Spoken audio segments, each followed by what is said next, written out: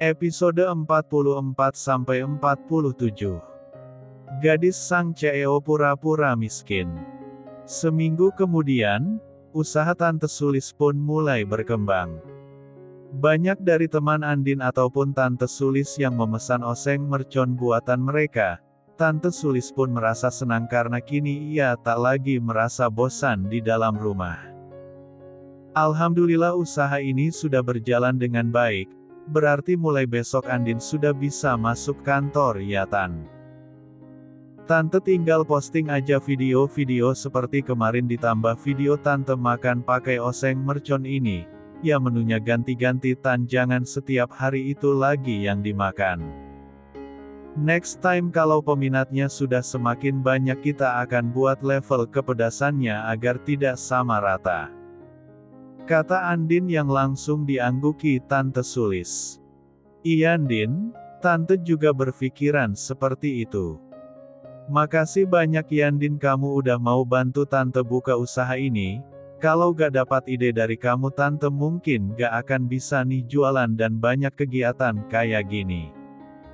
Kata Tante Sulis membuat Andin tersenyum. Sama-sama Tante. Lagian selama ini kan Tante sudah Andin anggap sebagai orang tua Andin sendiri. Tante gak perlu sungkan. Kata Andin masih dengan senyum.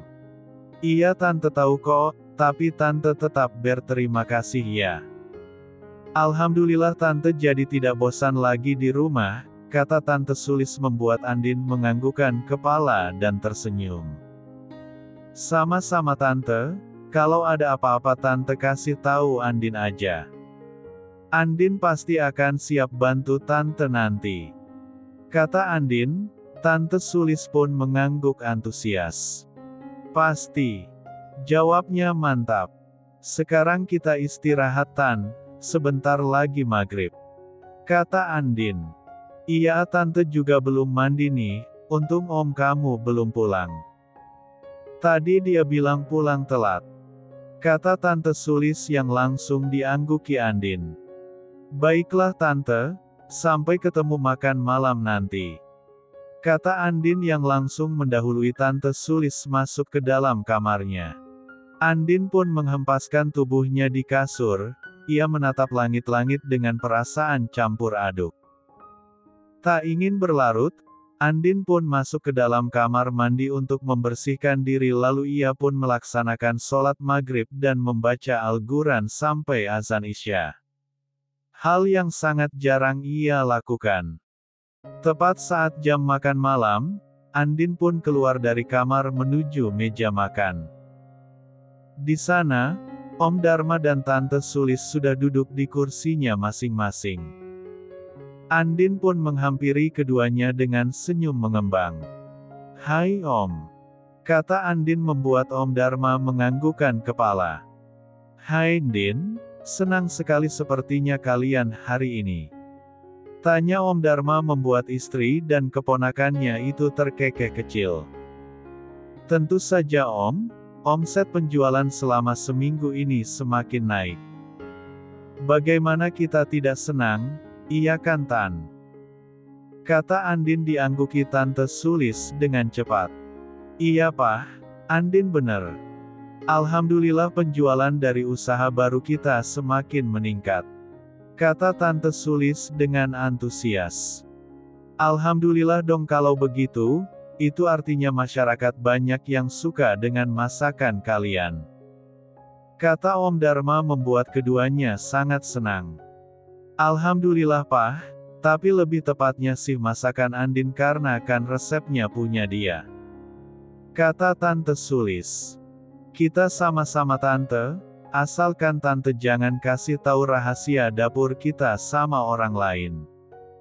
Apalagi kalau nanti ada netizen yang komen di postingan kita minta kasih resep. Kata Andin membuat Tante Sulis mengangguk setuju. Dikasih aja juga gak apa-apa Kalin Din, beda tangan kan bisa rasa walaupun resepnya sama.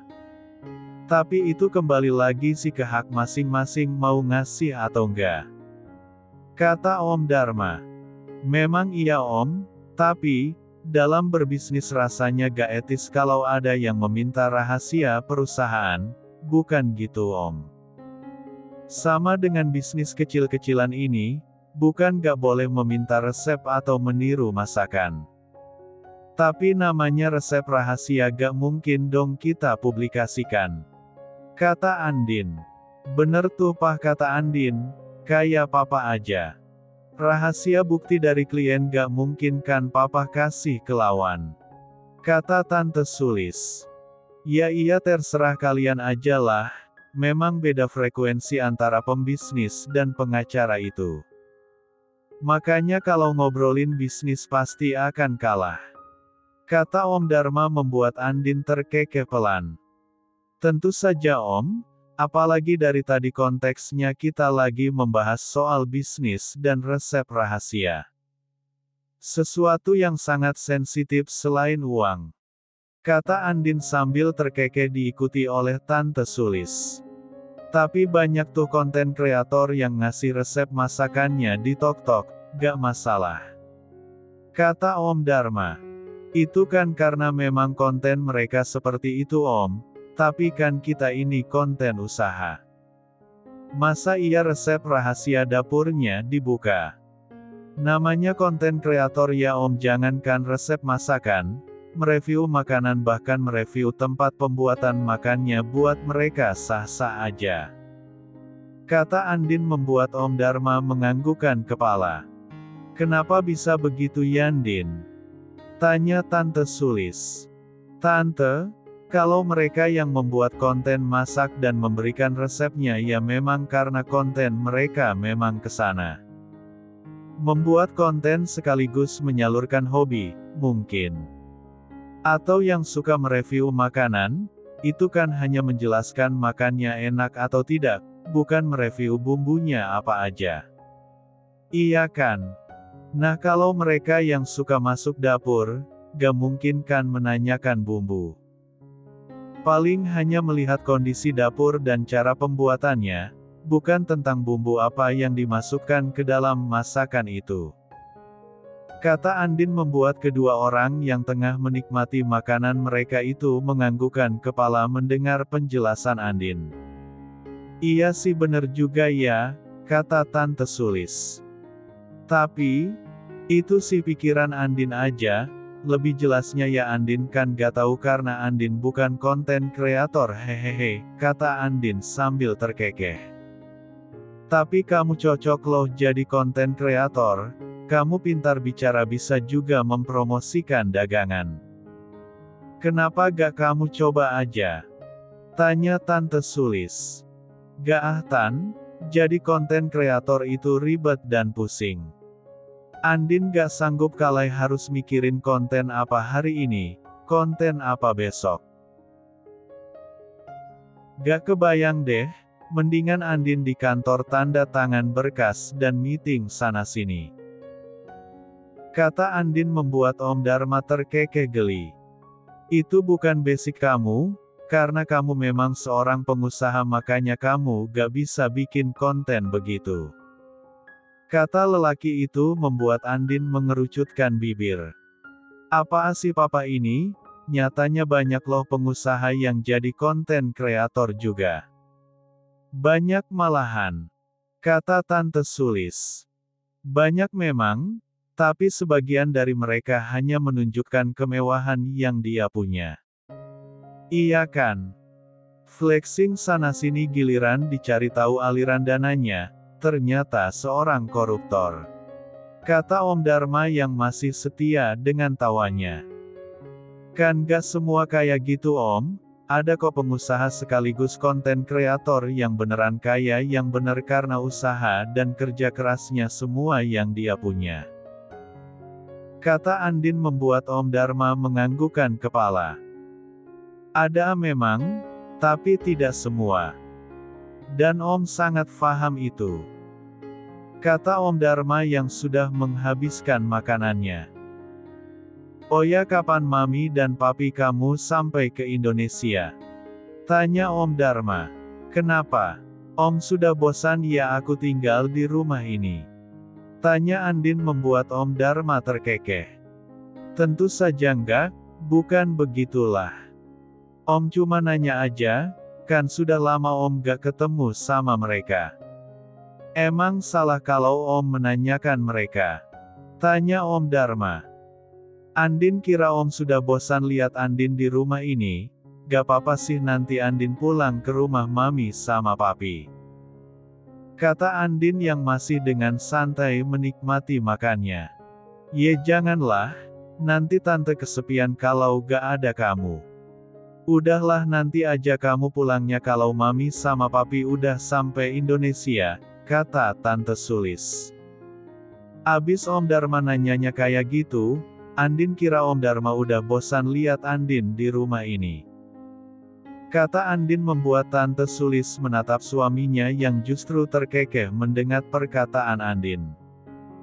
Sudah terserah kamu aja beranggapan kayak apa, sekarang cepatlah habisin makanan kamu. Jangan terus bicara, katanya yang masih terkekeh lucu.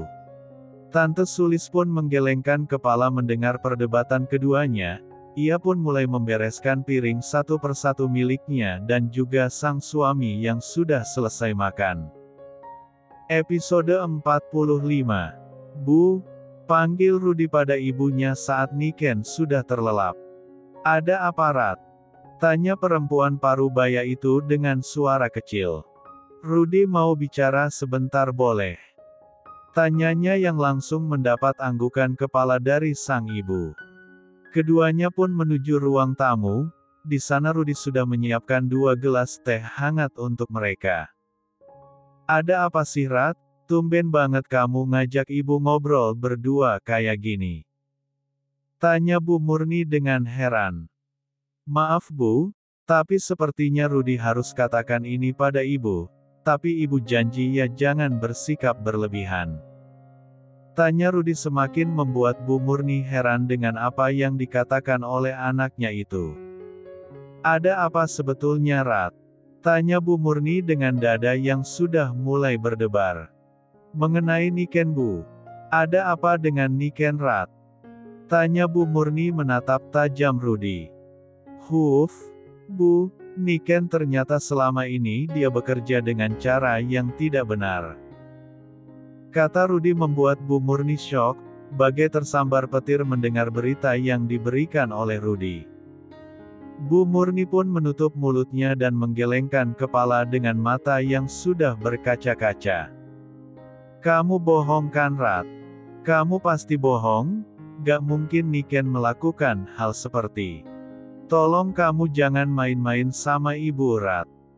Kata Bu Murni yang tidak begitu saja mempercayai apa yang dikatakan oleh Rudi, anak lelakinya.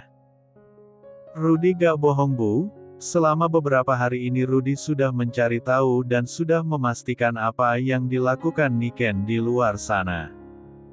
Dan itulah yang terjadi. Rudi juga syok Bu, Rudi juga gak ngangka dengan apa yang dikerjakan Niken. Dan yang lebih parahnya lagi, ternyata Niken memang sudah menjalani ini dari semenjak dia SMA Bu. Meskipun tidak melewati batas seperti sekarang. Kata Rudi membuat Bu Murni menjatuhkan air matanya. Enggak Rat. Ibu yakin adik kamu bukan orang seperti itu, Rat kamu jangan terlalu percaya dengan apa yang dikatakan orang Rat. Kata Bu Murni. Rudi pun menghela nafas panjang dan menggelengkan kepala.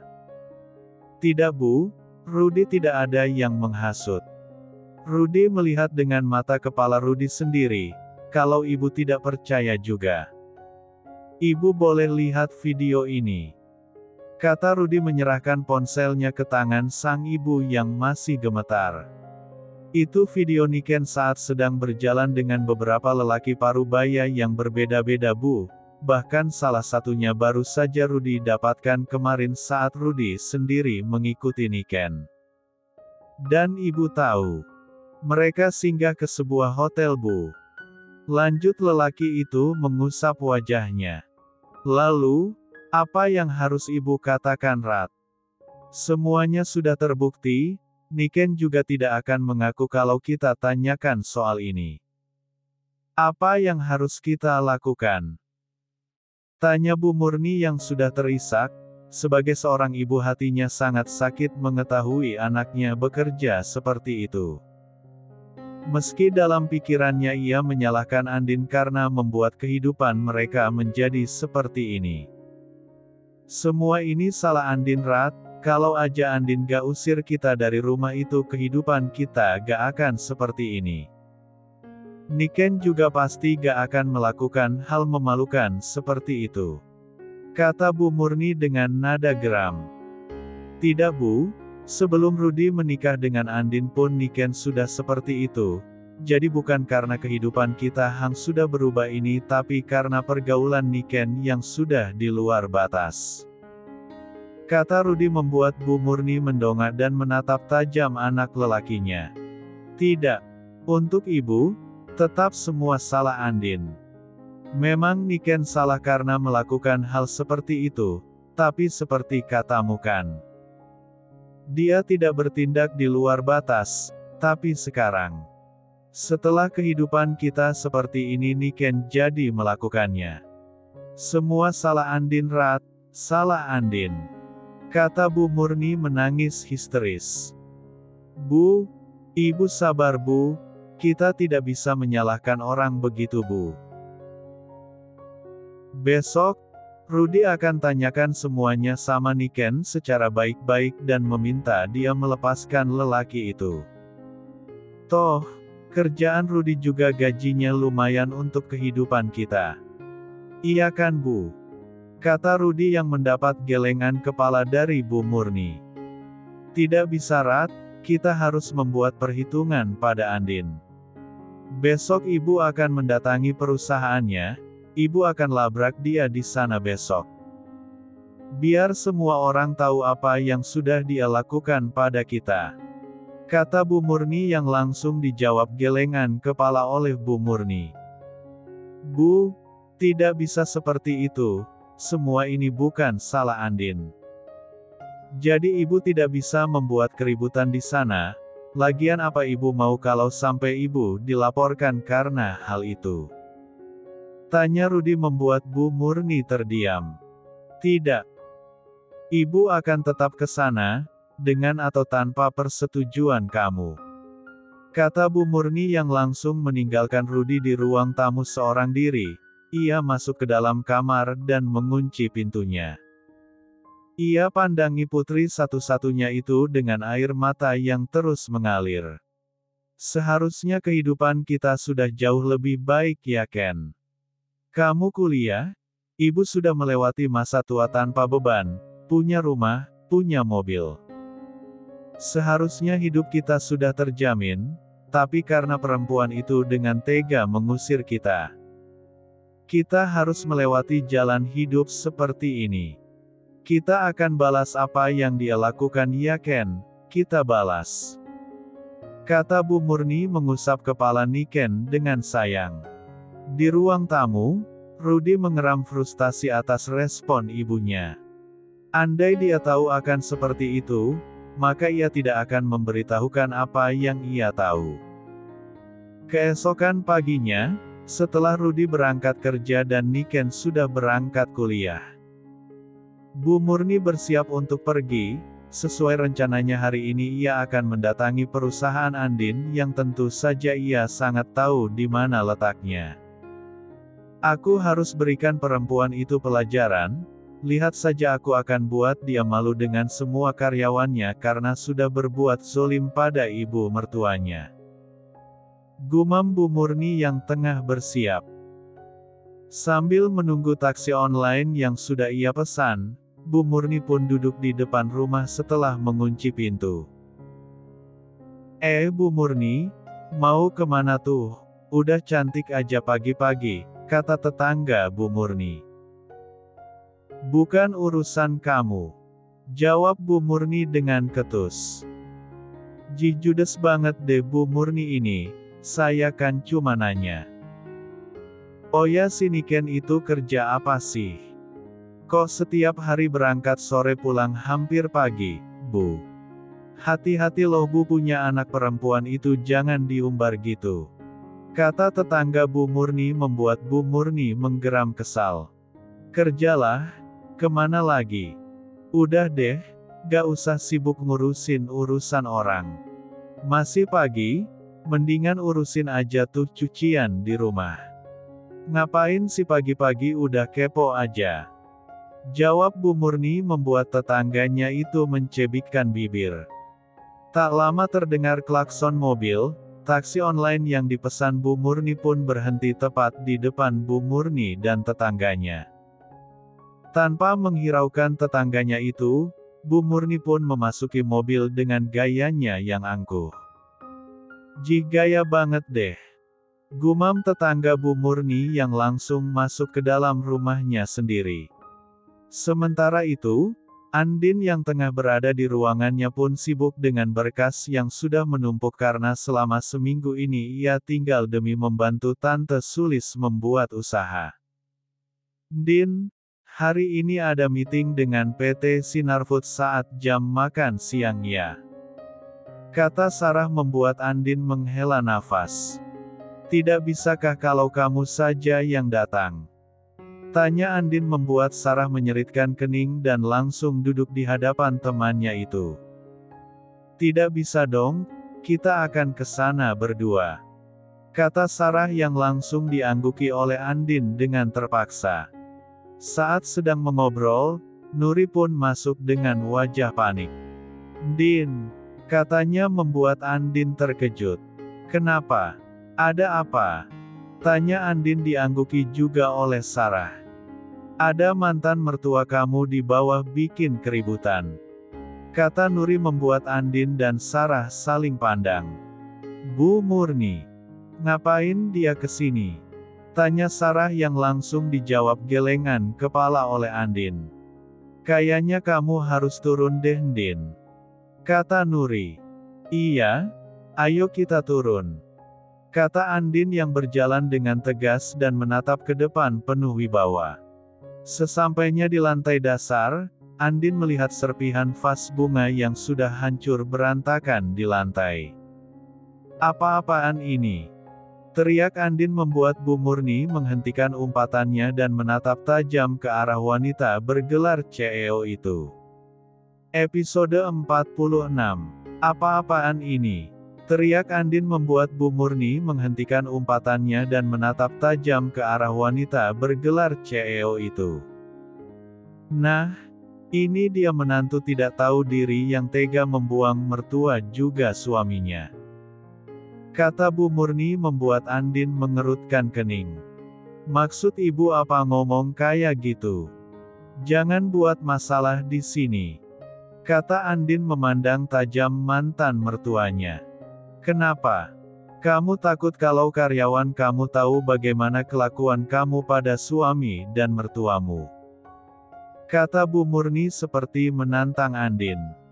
"Heh Bu, Andin bukan takut ya, cuma kasihan aja sama situ kalau akhirnya situ pergi karena malu sendiri bukan karena berhasil menjatuhkan wibawa Andin sebagai CEO," kata Sarah dengan berani membuat Bu Murni memelototkan mata. "Apa melotot-melotot kayak gitu, mau saya colok tuh mata," lanjutnya ketika melihat respon dari Bu Murni. "Kamu diam ya.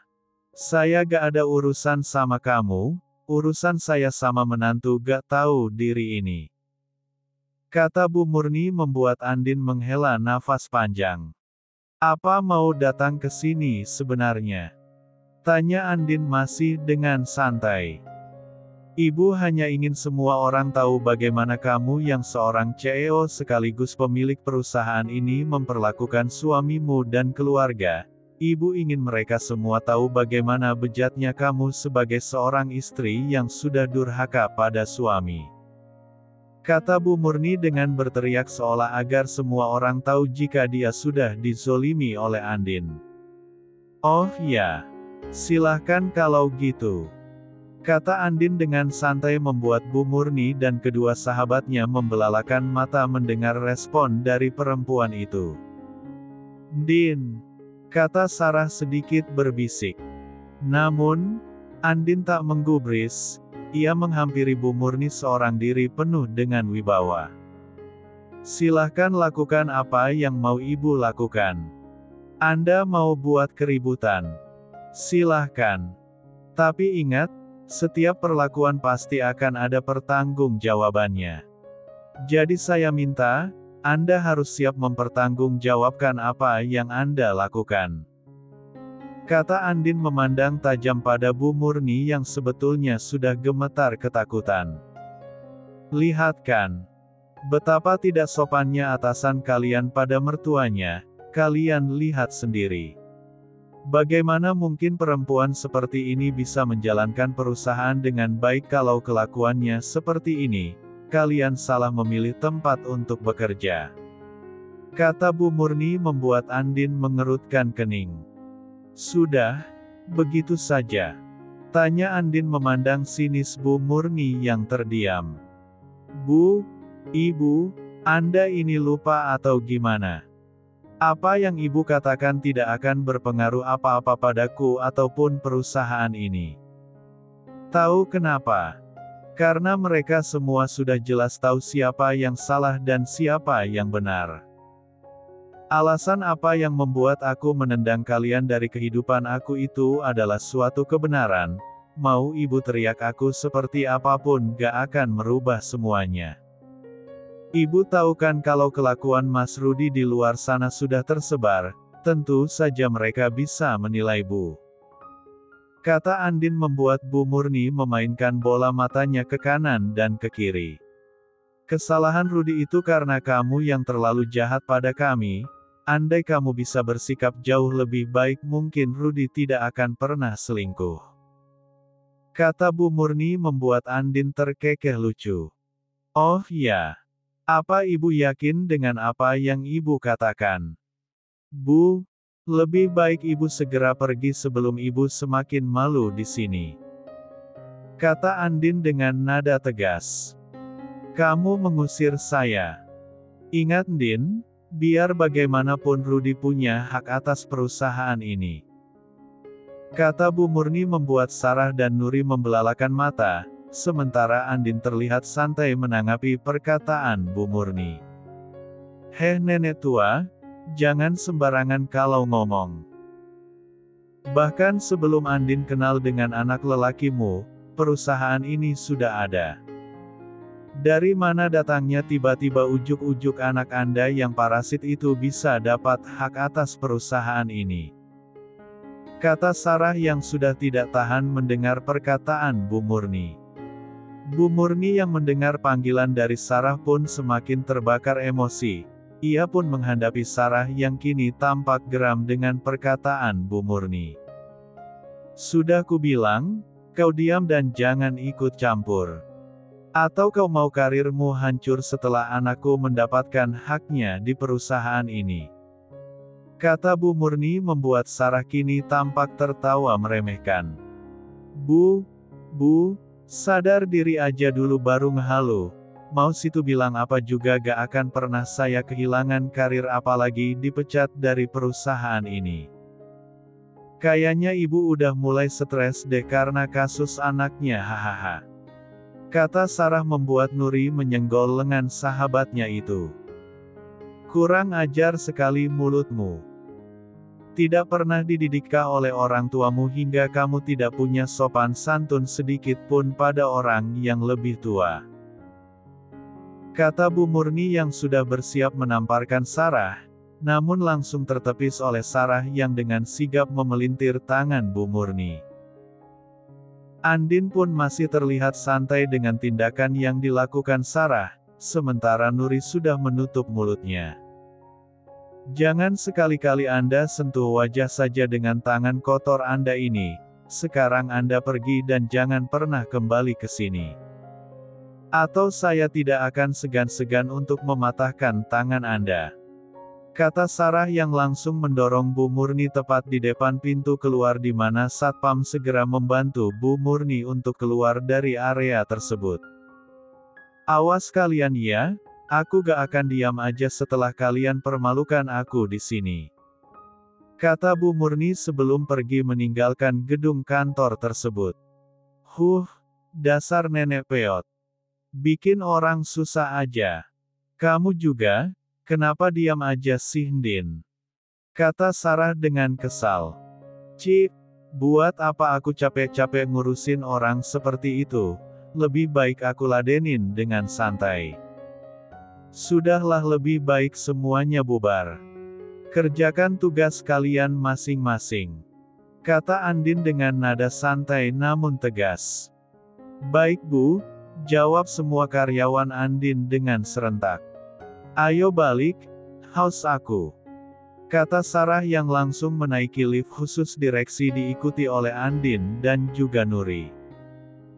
Kayaknya hal kayak gini gak akan sampai sini aja deh Ndin, sepertinya kamu harus cari cara supaya bisa benar-benar lepas dari keluarga Rudy. Terutama ibunya itu. Kata Nuri membuat Andin menghela nafas.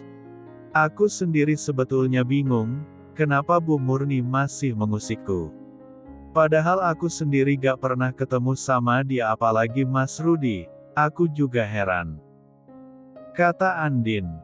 Aloh palingan kompor meleduknya itu si Niken, kan kemarin kita abis ketemu sama dia. Iya kan?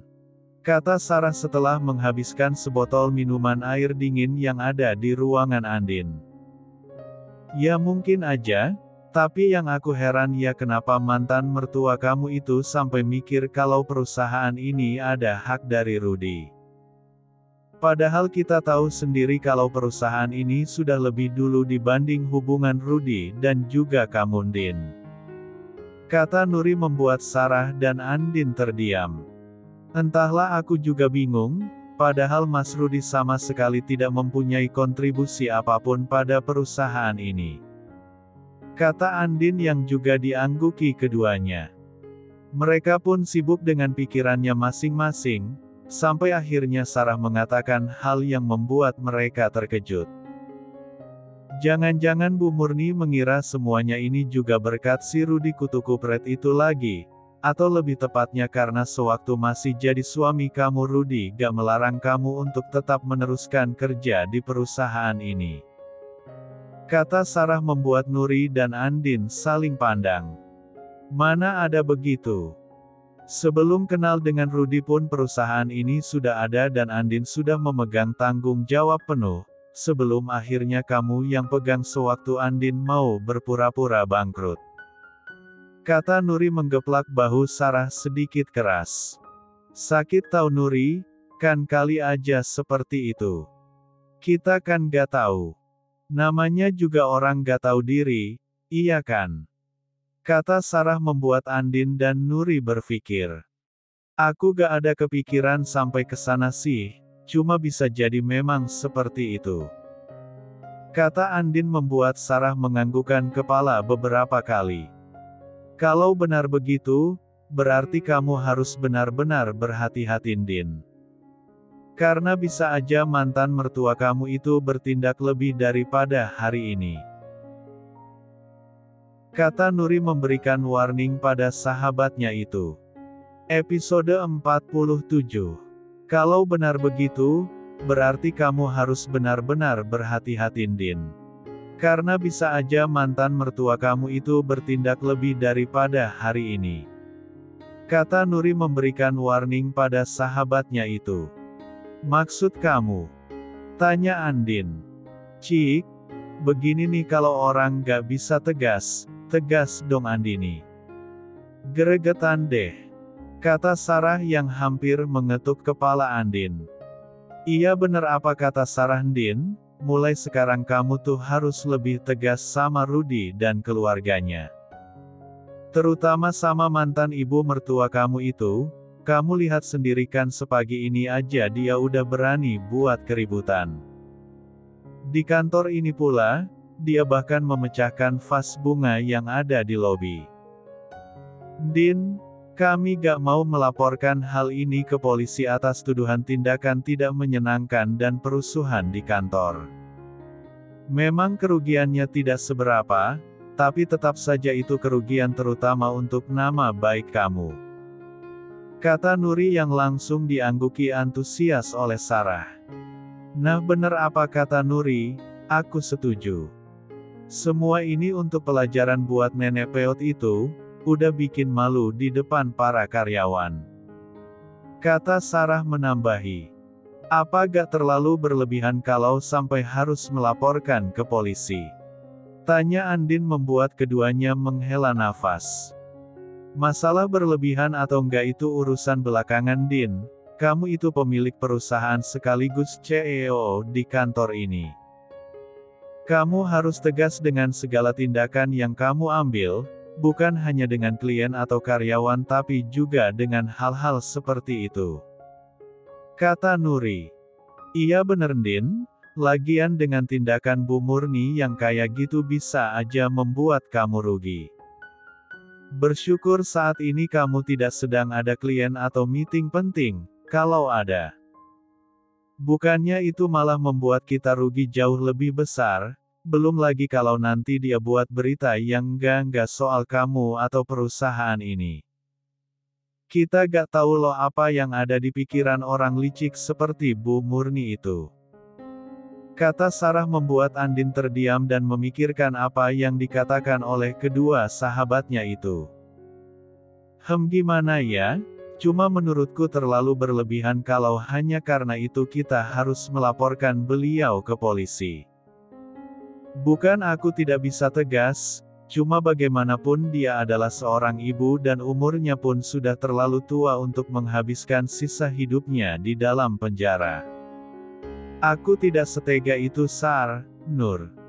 Kata Andin membuat keduanya saling pandang.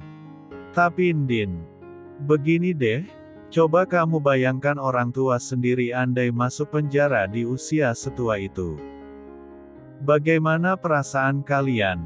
Lagi pula, itu bukan satu-satunya cara untuk memberi mereka pelajaran. Yang ada, bukannya mereka kapok tapi justru berbuat hal yang lebih lagi. Aku gak mau itu terjadi, sudah cukup hidup aku tenang dengan yang sekarang.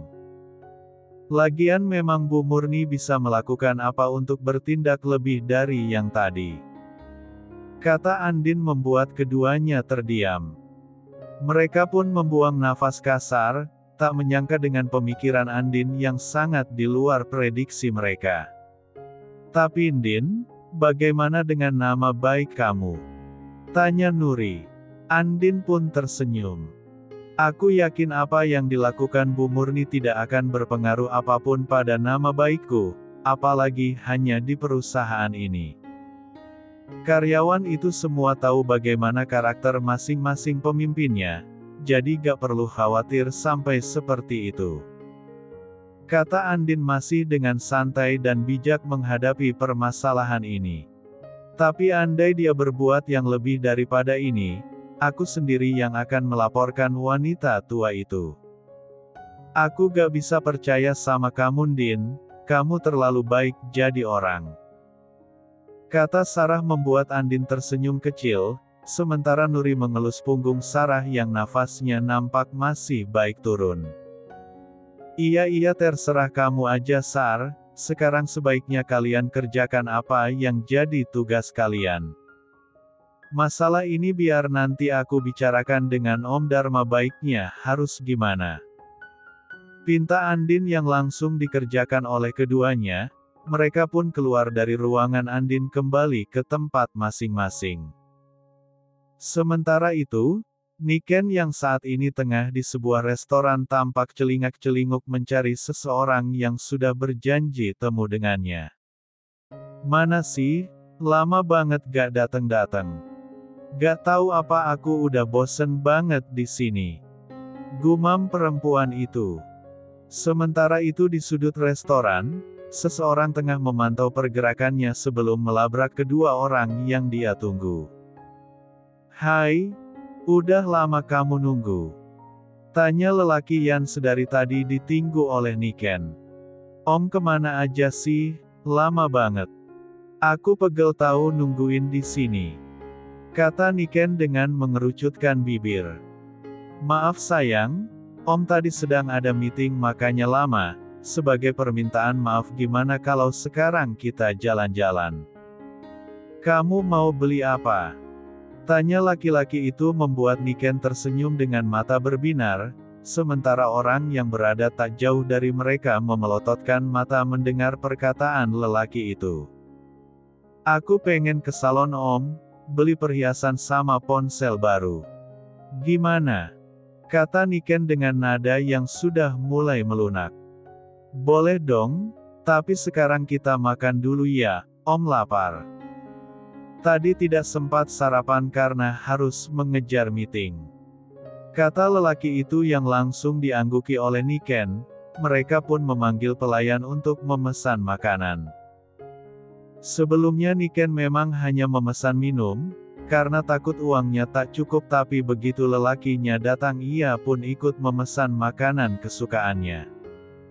Tak lama pesanan mereka sampai, begitu makanan terhidang semua di meja dan pelayan sudah pergi. Seseorang yang sedari tadi memantau itu bangkit menuju meja kedua orang itu, ia pun langsung menyiram Niken menggunakan minuman miliknya yang berupa jus alpukat yang masih sangat penuh isinya. Au, apa-apaan ini? Teriak Niken membuat semua penggung menatap ke arah mereka, begitu juga lelaki yang bersama Niken. Ia begitu terkejut melihat siapa yang menyiram kekasihnya. Mami, katanya dengan terbata. Ternyata begini kelakuan kamu di luaran ya mas. Aku gak sangka, aku pikir apa yang teman-teman aku bilang itu hanya fitnah. Ternyata benar, suamiku tidak lebih dari seorang bajngan. Kata seseorang yang dipanggil mami oleh lelaki yang bersama Niken. Om, siapa sih dia? Lihat nih semua pakaian aku jadi kotor dan lengket kayak gini, kurang ajar banget sih. Kata Niken yang masih berusaha membersihkan bekas jus alpukat yang menempel di badan dan juga bajunya. Kamu tahu siapa saya? Saya adalah istri sah dari lelaki yang bersama kamu. Jelas. Kecil-kecil sudah jadi pelakor, dasar gak tahu diri. Kata perempuan itu membuat para pengunjung saling berbisik. Heh tante, harusnya tante itu sadar kenapa suami tante itu mau sama saya. Tante itu sudah tua, sudah keriput gak ada yang menarik dari tante. Kata Niken menatap wanita di depannya dengan sinis. Hei, mulutmu kecil-kecil kurang ajar sekali, walaupun saya tua tapi saya punya harga diri tidak seperti kamu sudah sok cantik, gayamu hanya karena para lelaki hidung belang yang menyuplai. Sadar diri. Balas perempuan itu juga dengan kata-kata tak kalah pedas. Niken pun membelalakan mata dan berniat menjambak rambut perempuan di depannya. Namun, ditahan oleh lelaki yang bersama dirinya itu. Niken. Bentak laki-laki itu membuat Niken tak jadi menjambak, tapi justru membelalakan mata karena dirinya dibentak oleh kekasihnya di depan umum. Kamu belain perempuan ini om. Lihat, gara-gara dia aku jadi seperti ini. Teriak Niken, orang-orang pun banyak yang menvideokan bahkan ada juga yang membuat live dengan kejadian tersebut. Bukan seperti itu Niken, tetapi. Sudahlah mas. Siap-siap kamu menjadi gembel setelah ini, ingat perjanjian kita. Dan kamu, ambil lelaki ini. Karena aku sudah tak butuh. Jangan lupa mas, kamu dipecat. Kata perempuan itu membuat keduanya membelalakkan mata. Mi, gak bisa gitu dong Mi. Kita bisa bicarakan ini baik-baik. Kata lelaki yang bersama Niken membuat perempuan itu mendengus kesal. Sudahlah om, biarin aja. Mana bisa dia memecat om, kan itu perusahaan om sendiri. Kata Niken membuat lelaki itu mendengus. Dia kamu Niken. Katanya dengan membentak, membuat Niken semakin menegerucutkan bibir. Asal kamu tahu ya Jalang. Lelaki ini memang pemilik perusahaan, tapi asal kamu tahu. Semua itu atas nama saya, berarti semuanya milik saya termasuk perusahaan itu. Ditambah kami memiliki perjanjian, siapa yang berselingkuh maka wajib meninggalkan apa yang dia miliki dan hanya keluar dari rumah dengan pakaian yang dia pakai. Kata perempuan itu membuat si lelaki menjadi frustasi, sementara Niken yang tak kalah terkejut pun membelalakan mata dan membuka mulut.